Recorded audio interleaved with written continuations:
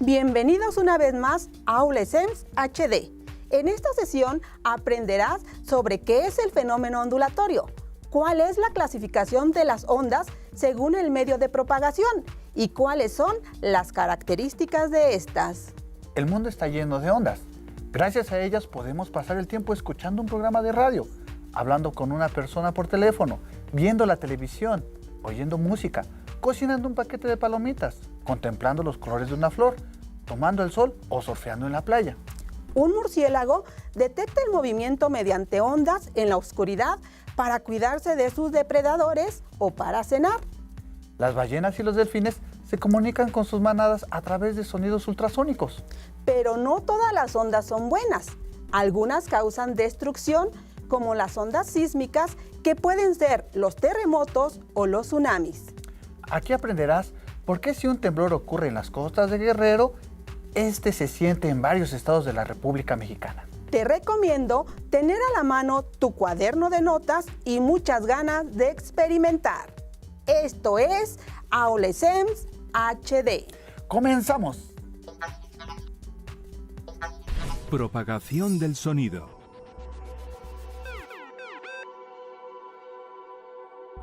Los sonidos son producidos por vibraciones.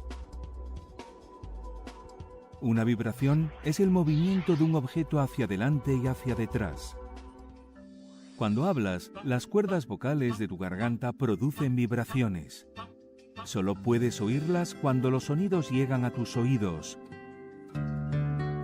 Pero, ¿cómo se propaga la energía del sonido? ¿Quieres saber cómo funciona? Ven a conocer al Dr. Suk. ¿Objetivo? Aprender cómo se propaga la energía del sonido. La energía del sonido se transmite en forma de ondas sonoras. Hay dos tipos principales de ondas: ondas transversales y ondas longitudinales. Veamos cómo se propagan las ondas. Utilizaremos un muelle para estudiar los dos tipos de ondas.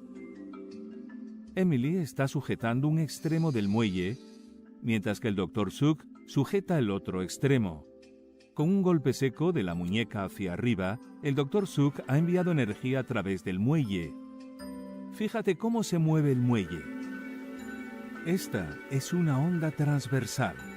En una onda transversal, las partículas vibran en ángulo recto en relación con la dirección de la onda. La onda viaja del Dr. Suk hasta Emily y viceversa. Ahora veamos el aspecto de una onda longitudinal. Emily está sujetando un extremo del muelle y el Dr. Suk está estirando del otro extremo hacia sí mismo. Después lo empuja hacia Emily. Si te fijas bien, podrás observar cómo algunos de los aros del muelle se agolpan y después se separan lentamente. Esto ocurre porque las vibraciones son paralelas a la dirección de la onda. Si la onda se mueve de izquierda a derecha, las partículas vibran también de izquierda a derecha. Esta es una onda longitudinal. Las ondas sonoras son ondas longitudinales. Estas ondas viajan a diferentes velocidades en diferentes medios. Un medio puede ser sólido, líquido o gaseoso. Echemos un vistazo a lo que ocurre. En un sólido, las partículas están muy cerca unas de otras. La energía del sonido se va moviendo a medida que unas partículas van golpeando otras partículas. Como las partículas están tan cercas unas de otras, el sonido viaja más rápido a través de un sólido. Si nos fijamos en las partículas de un líquido, podemos ver que están un poco más separadas que las de un sólido, por lo que la energía sonora tarda un poco más en propagarse a través de un líquido. Ahora mira las partículas de un gas. Están mucho más separadas y por esta razón el sonido se propaga más lentamente a través de ellas. Ahora sabemos cómo viaja el sonido a través de los diferentes medios. La vibración de las partículas produce ondas. La longitud de onda es la distancia entre dos compresiones o rarefacciones consecutivas. El número de ondas que pasa por un punto en un segundo se llama frecuencia y se mide en hercios.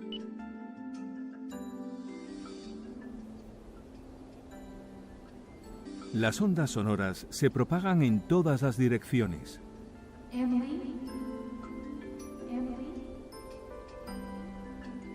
El sonido puede ser reflejado. Esto ocurre cuando rebota contra una superficie sólida. El reflejo de un sonido se llama eco. El reflejo de un sonido se puede utilizar intencionalmente para detectar la profundidad del suelo del mar. Increíble, ¿verdad?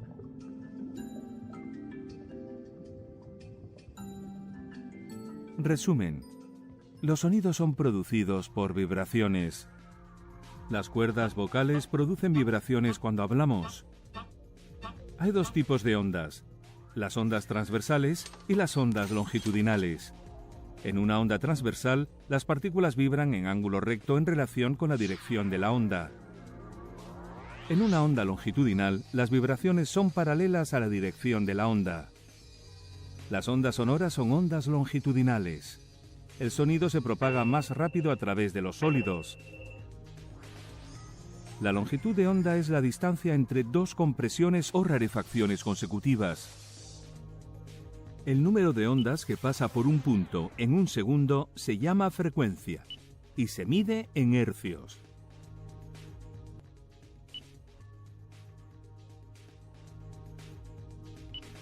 El reflejo de un sonido se llama eco. El estudio de las ondas se remonta a los antiguos griegos, que observaron cómo las cuerdas vibrantes de los instrumentos musicales generaban sonido. Hay dos tipos fundamentales de ondas, las longitudinales y las transversales, que pueden tomar muchas formas como la luz, el sonido y otras. Las ondas mecánicas son aquellas ocasionadas por una perturbación y que para su propagación en forma de oscilación periódica requieren de un medio material. Tal es el caso de las ondas producidas en un resorte, una cuerda, en el agua o el sonido. Cuando en una noche de tormenta entra un destello de luz por tu ventana, se trata de un rayo y que, pasado unos instantes, oirás el estruendo ocasionado por el mismo. Esto se debe a que las ondas mecánicas, como el sonido, tienen una velocidad limitada de propagación. Vamos a verlo. El fenómeno ondulatorio es parte importante del mundo que nos rodea. A través de ondas nos llegan los sonidos. Como ondas percibimos la luz. Se puede decir que a través de ondas recibimos casi toda la información que poseemos. A partir del análisis de fenómenos ondulatorios, tan sencillos como las olas que se extienden por un lago o las sacudidas que se propagan por una cuerda tensa, trataremos de estudiar las características generales de los fenómenos ondulatorios. Clasificación de las ondas según el medio de propagación. Pueden ser ondas mecánicas o electromagnéticas. Ondas mecánicas. Requieren de un medio para propagarse, bien sea que este medio se encuentre en estado sólido, líquido o gaseoso. Por ejemplo, el sonido y las ondas sísmicas.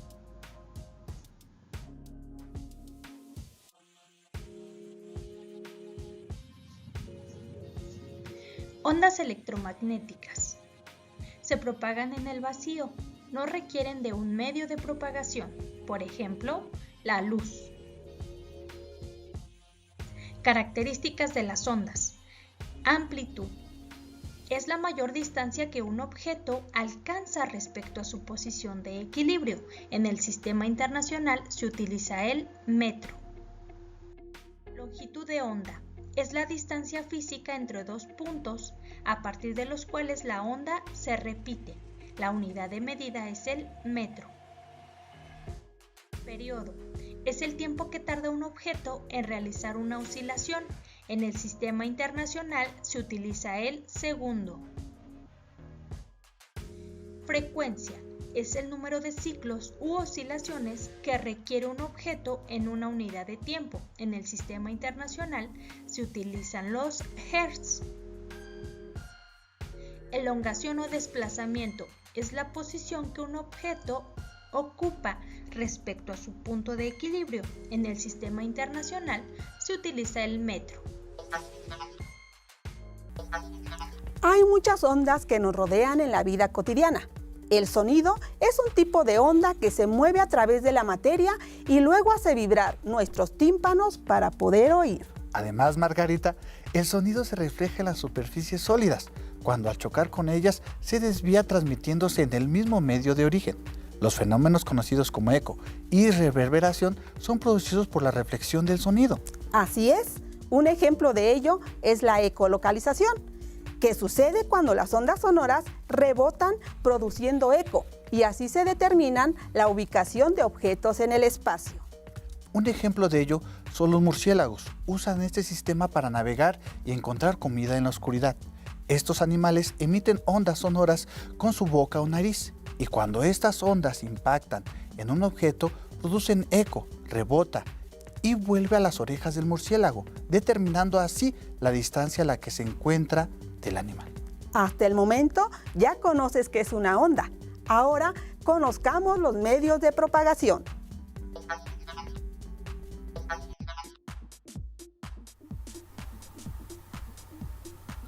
El sonido son ondas mecánicas originadas por la vibración de un cuerpo a través de un fluido o un medio elástico.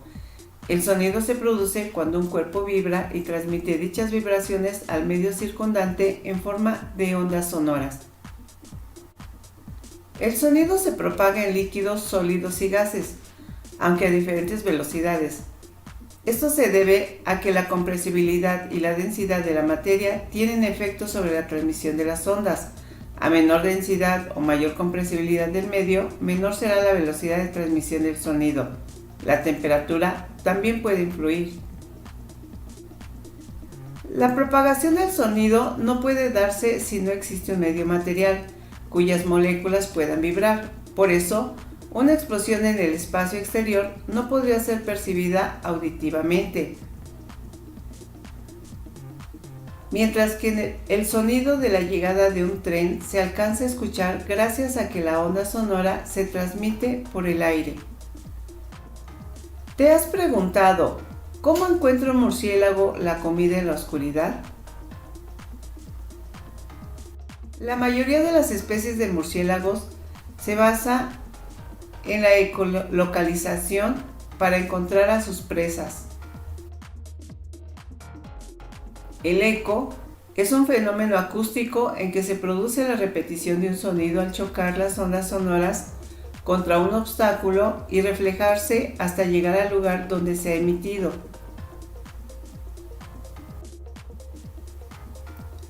Gracias a la emisión de sonidos ultrasónicos y a la recepción de ecos, los murciélagos pueden capturar a sus presas en la oscuridad.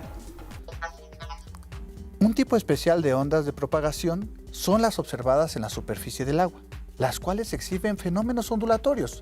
Otro ejemplo de este tipo de ondas es el caso de las olas marinas. Y en casos extremos, el terremoto y tsunami de Japón en 2011, que fue un terremoto de magnitud 9 y que generó olas de hasta 40.5 metros de altura. En el siguiente material te explicaremos por qué sucedió esto.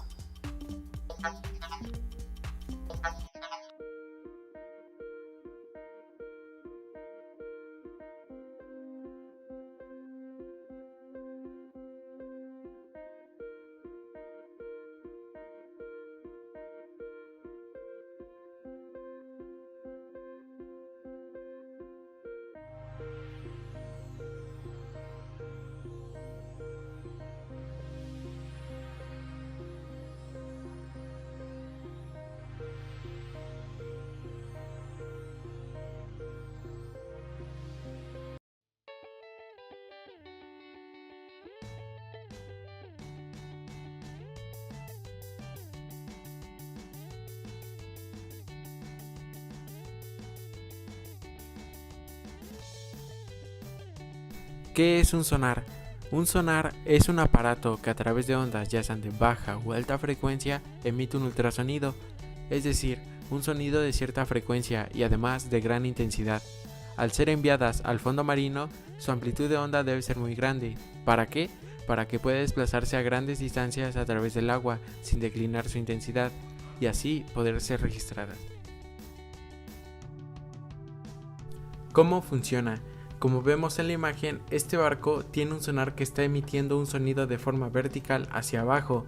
Este mismo rebota en el fondo marino y vuelve al sonar. Por lo tanto, el sonar mide el tiempo que tarda en ir y en volver al barco el sonido enviado, y en consecuencia, gracias a la velocidad del mismo en el agua, este sonar puede detectar la diferencia de alturas o bien la diferencia de distancias que hay entre ese fondo marino donde rebotó el sonido y el barco. Así, el sonar va generando una idea de las distancias que son más profundas o menos profundas en el fondo marino.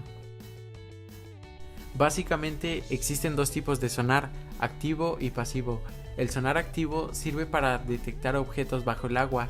Emplea el eco devuelto por dicho objeto al incidir sobre él las ondas acústicas emitidas por un transmisor. El sonar pasivo escucha directamente los sonidos de los objetos que permanecen sumergidos. En este caso, su onda recorre únicamente la distancia entre el objeto y el receptor.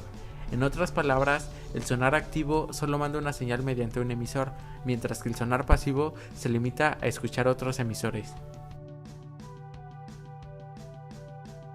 Un uso del sonar es en el levantamiento topográfico del fondo marino, es decir, todos los mapas submarinos que conocemos. También se utiliza en la navegación como un radar para ubicar los objetos que se encuentran bajo el mar, así como en los barcos pesqueros que lo aprovechan para detectar grandes cardúmenes de peces. Y finalmente, un ejemplo auténtico de un sonido emitido por un sonar.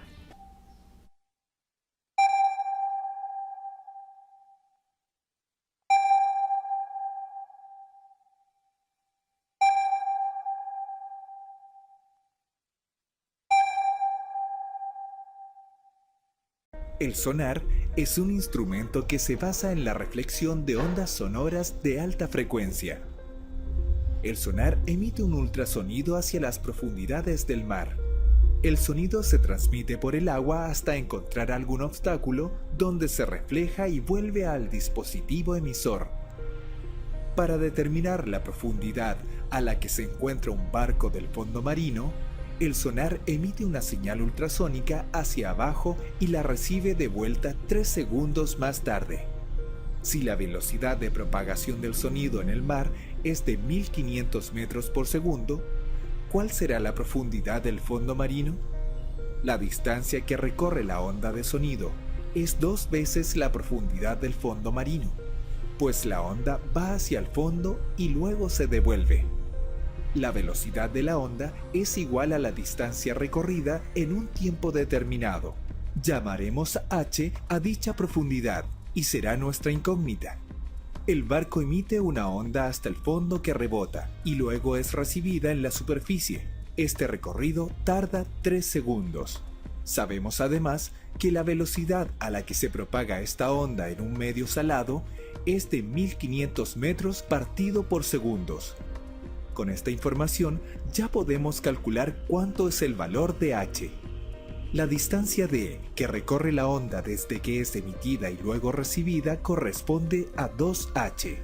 Reemplazamos b como la distancia partida por tiempo, fórmula que deberías conocer, y como la distancia en este caso es 2h partido por t, despejando h obtenemos que la profundidad será velocidad v por tiempo t dividido por 2.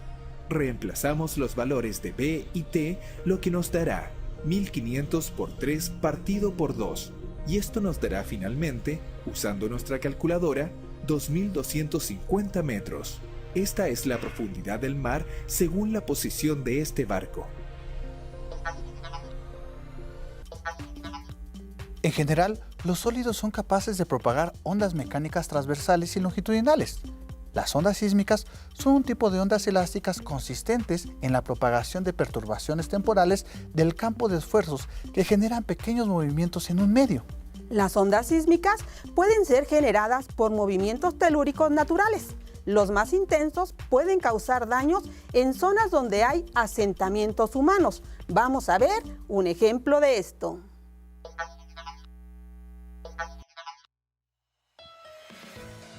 Propagación de las ondas en materiales sólidos. El sonido también se propaga a través de los sólidos, tanto en forma de ondas longitudinales como ondas transversales, lo que quiere decir que se propaga en todas direcciones. En las ondas longitudinales, las partículas se desplazan de forma paralela a la dirección en que viaja la onda. También son denominadas depresión o compresión, las cuales podemos percibir por medio del oído. Por ejemplo, las ondas sonoras producidas por medio de aparatos de sonido. En las ondas transversales, las partículas se desplazan de manera perpendicular siguiendo la dirección de propagación de la onda. Tal es el caso de las electromagnéticas o las olas del mar.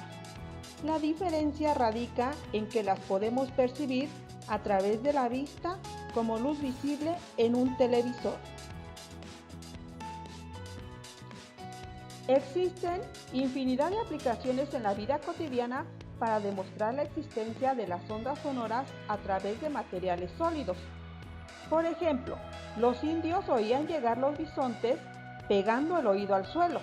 El sonido que generaban las pisadas de estos animales con el suelo viajaba a través de la tierra por medio de ondas. También, con una cuerda y unos vasos de plástico, puedes fabricar un teléfono como el que se observa en la imagen. Una persona lo coloca en la boca y otro en el oído. Al hablar, esas ondas viajan a través de la cuerda hasta llegar al oído de la otra persona.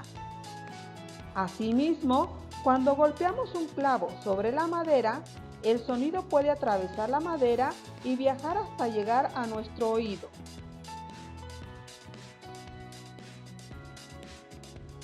Para demostrar que el sonido viaja a través de ondas, les recomiendo realizar en casa la siguiente actividad experimental.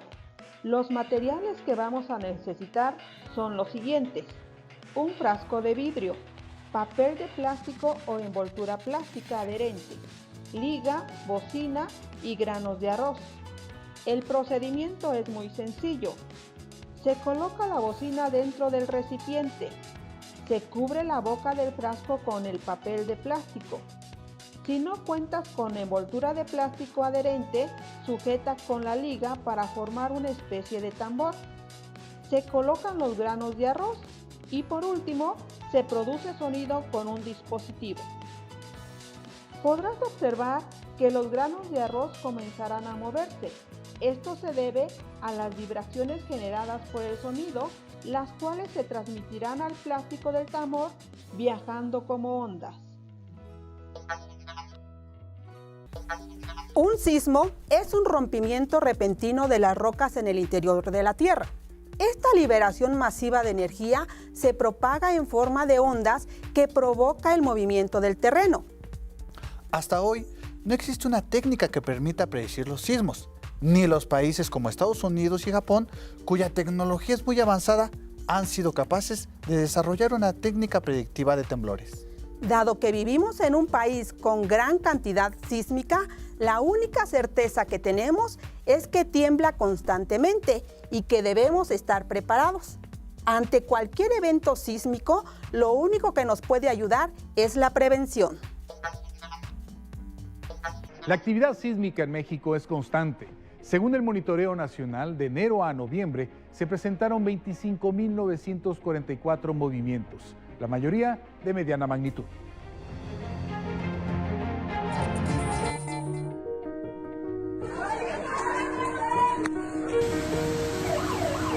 En este 2021, la incidencia de movimientos de la Tierra se mantuvo dentro de los parámetros establecidos por el Servicio Sismológico Nacional de la Universidad Nacional Autónoma de México. Bueno, si hacemos un análisis año por año, vemos que de repente en algunos lugares hay enjambres, pasa el tiempo, baja la sismicidad y vuelve a ocurrir en otro lugar. Y pasarán muchos años en que se vuelva a presentar sismicidad. En eso entonces, en esa región, entonces si vemos la estadística, pues digamos que está dentro de lo esperado de la actividad sísmica cada año en la República Mexicana. A lo largo de este año, en la Ciudad de México se percibieron 6 movimientos sísmicos, 2 de ellos con mayor magnitud. Ambos epicentros se localizaron en las costas del Pacífico. Sigue temblando, sigue temblando. Sigue temblando, sigue temblando, sigue temblando. ¡No manches! ¡Ay, no! No. Explotó súper feo. Sí, estuvo horrible. Uno de ellos se registró el 7 de septiembre pasado alrededor de las 20:47 horas con una magnitud de 7.1 grados. El epicentro se localizó en la costa del estado de Guerrero, a 11 kilómetros al suroeste de Acapulco, y se percibió en Guerrero, Morelos, Puebla, Michoacán, Jalisco, Oaxaca, Querétaro, Guanajuato, Estado de México y Ciudad de México.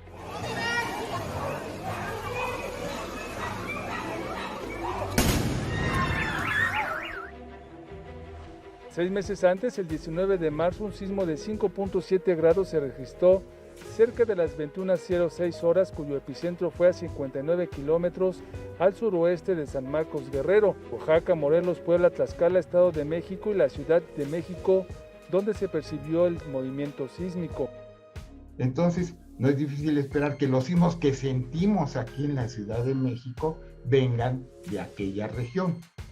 Estos sismos que tienen magnitudes intermedias, como son entre 5 y 6 o más, o mayores son los más fuertes, como el de Acapulco que mencionó, pues sí tienen efectos generalmente también en la Ciudad de México.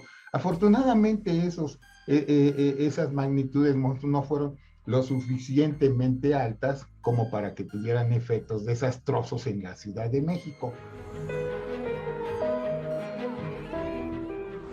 En los meses de febrero, abril, mayo y noviembre hubo sismos de baja magnitud en la capital del país, cuyos epicentros fueron en las alcaldías de Milpa Alta, Coyoacán, Álvaro Obregón y Azcapotzalco, de 3.8, 1.4, 1.6 y 2.4 grados respectivamente. Si bien son sismos muy pequeñitos, pudiera originarse también un sismo de magnitudes, aunque no sean extremas, ¿verdad? Pero sí que pudieran alterar el orden o las estructuras con sismos de magnitudes mayores de 3 dentro de la ciudad, pues ya tendría un efecto distinto, ¿verdad? Que estos que son más pequeños. La actividad sísmica en México es constante debido a la interacción de 5 placas tectónicas, la de Cocos, de Norteamérica, del Pacífico, de Ribera y del Caribe. Para monitorear estos fenómenos naturales, el Servicio Sismológico Nacional cuenta con una red de estaciones con 100 señales. Sin embargo, es indispensable ampliar la cobertura en ciertas regiones del territorio. La región norte del país. Un poco en la región norte sí tenemos estaciones sismológicas, pero la densidad de estaciones es muy baja. En la región de Michoacán también, aunque es de sismicidad alta, hay algunas regiones en donde por la gran actividad se necesitarían más instrumentos ahí también para saber, para conocer mejor, clasificar mejor esa sismicidad. De enero a noviembre de este 2021 en el territorio mexicano se presentaron 25.994 movimientos sísmicos, la mayoría de mediana magnitud. Telediario Ángel Álvarez, Ciudad de México. ¿Qué hacer en caso de un sismo? Prepárate, actúa y revisa. Antes, durante y después. Revisa esta infografía que te ayudará a la prevención de un sismo. El sistema de alerta sísmica emite avisos en el Valle de México cuando una serie de estaciones sensoras localizadas a lo largo de la costa de Guerrero confirman la ocurrencia de un sismo de gran magnitud en esta zona. La utilidad de este sistema radica en la velocidad de propagación de las ondas de radio que viajan a mayor velocidad que las sísmicas. Así el aviso anticipado desde la costa de Guerrero hasta el Valle de México y Toluca es aproximadamente de 60 segundos, tiempo suficiente para llevar a cabo medidas que reduzcan desastres mayores o pérdidas humanas. Si aún tienes dudas sobre este tema, te recomendamos escanear este código QR donde encontrarás más contenidos acerca de las ondas. También puedes visitar nuestro canal de YouTube, dale like, Suscríbete y activa la campanita de notificaciones, así estar al día con los programas de Aula SEMS HD. Recuerda seguir todas nuestras transmisiones por Facebook, Instagram y por las señales digitales de Canal 12.1 de Radio y Televisión de Hidalgo. Y recuerda, los conocimientos de física pueden salvar tu vida. Hasta la próxima.